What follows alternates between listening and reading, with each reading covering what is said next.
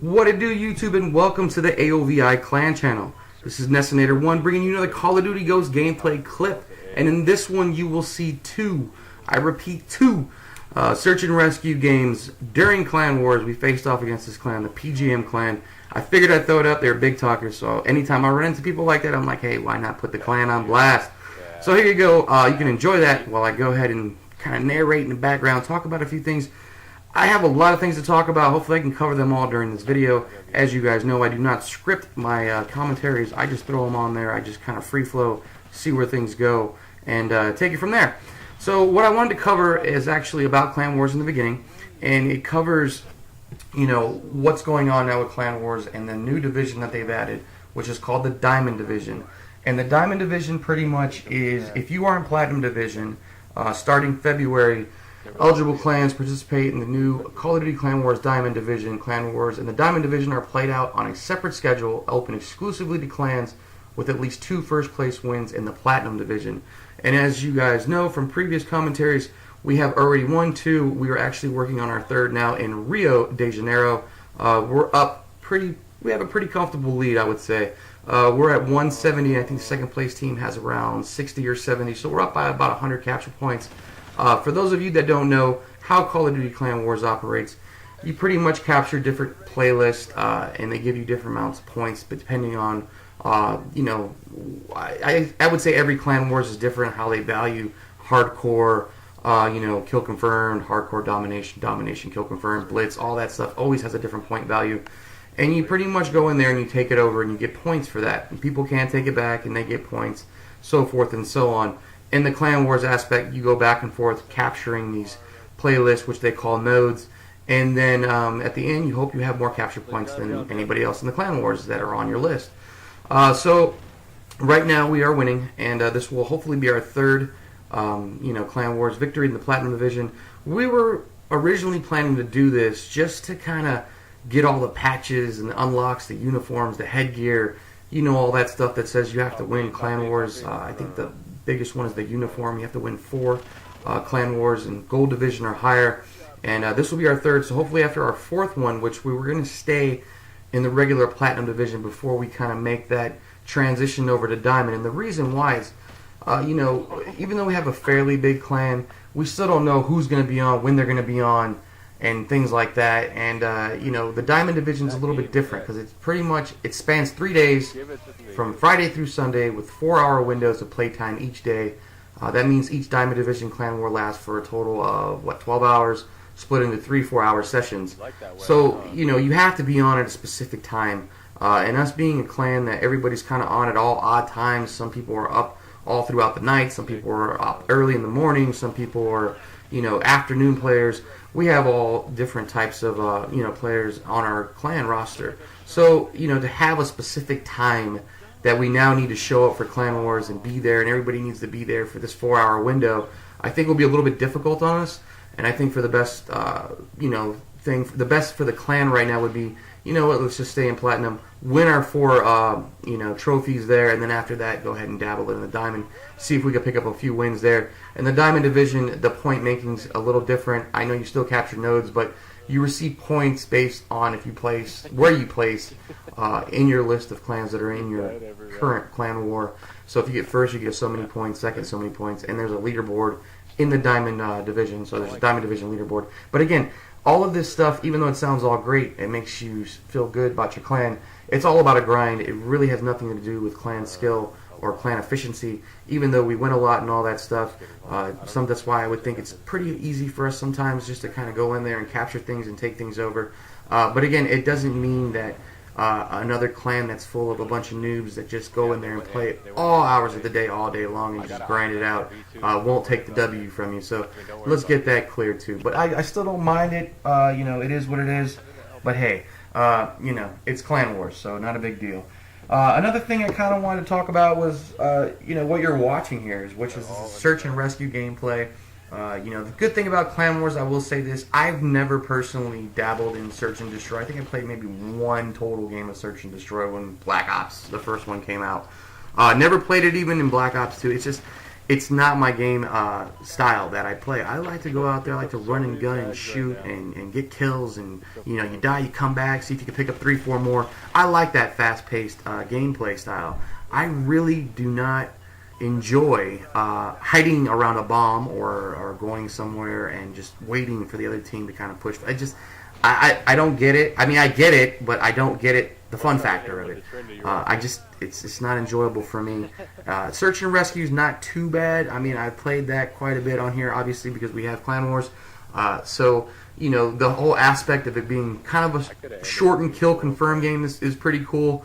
I prefer it over Search and Destroy, because I know we play Search and Destroy, and it's just, I never realized all the talkers that are in there, because everybody in there thinks they're a pro, obviously, because all the pros play Search and Destroy, which I'll kind of go into a segment into after I get in with this whole tangent. It's just, we go in there, and all these guys, just because they can hide around a corner like you just saw right there and shoot you, I guess that makes them skillful. I guess that makes them, the player to beat.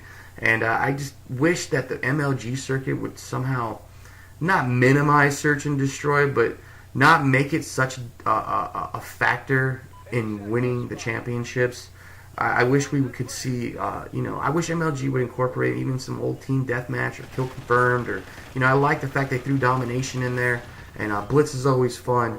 But Search and Destroy, I just, we played a game of Search and Destroy against some real tryhards. We won.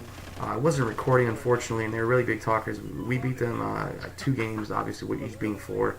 And I remember one game, it was 3-3, and we were the ones, we were the ones defending.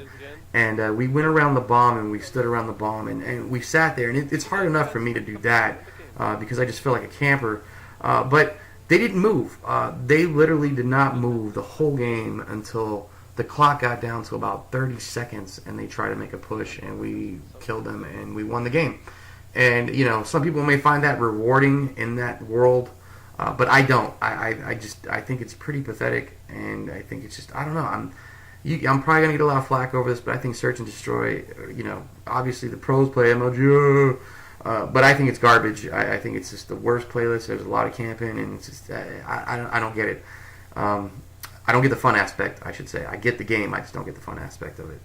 Anyway, so that's my thoughts on Search and Destroy. Obviously, we have clan members, I'm sure, that like Search and Destroy, but I'm just not one of them. That's my opinion, and I'm going to stick to my guns on that one.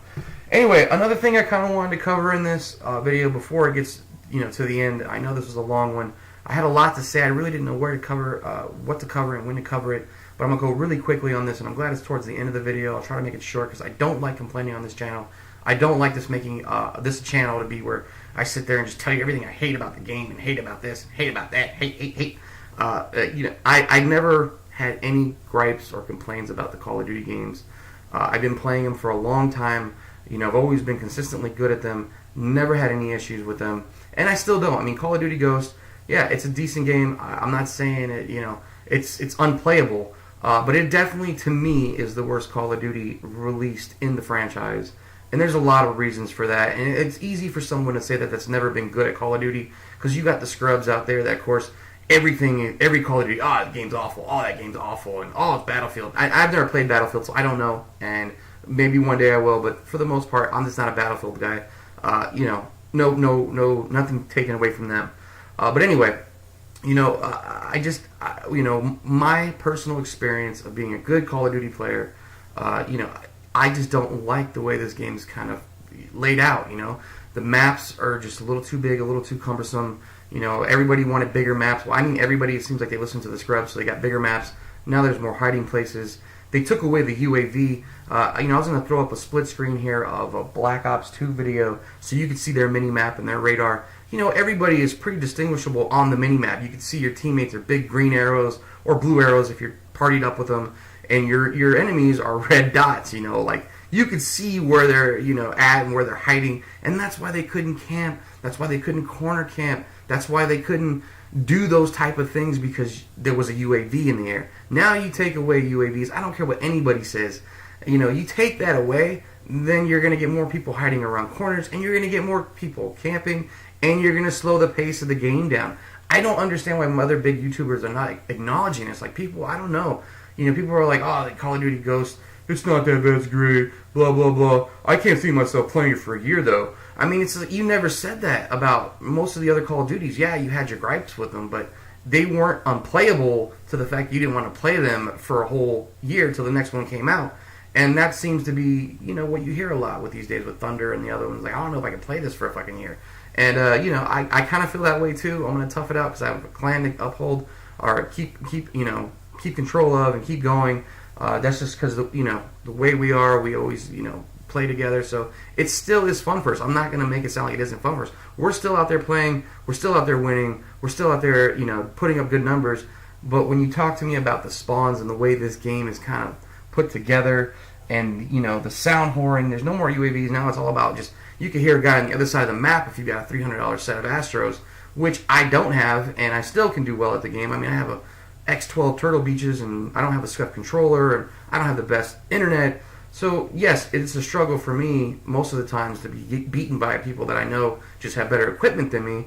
But it's not a big deal. I still play the game. I'm still good at it.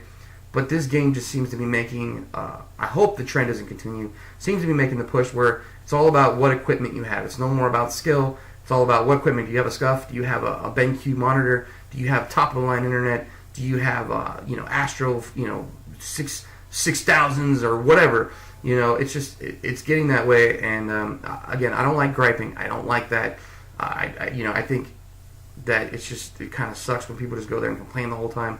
But I had to make this gripe, and I had to make this point. Again, I don't think this game is unplayable. It's still enjoyable for me, but it's just not my favorite. The way they kind of just put things out there to help, it seems to help the people that are less skilled in this game. And that's just my thoughts on it. Anyway, I'll continue more on some more rants later in the next videos, which will be coming out later. Good luck, everybody out there. Thanks for all your subscribes and likes. This is your boy, SND and SNR saying I appreciate everything. And I am out.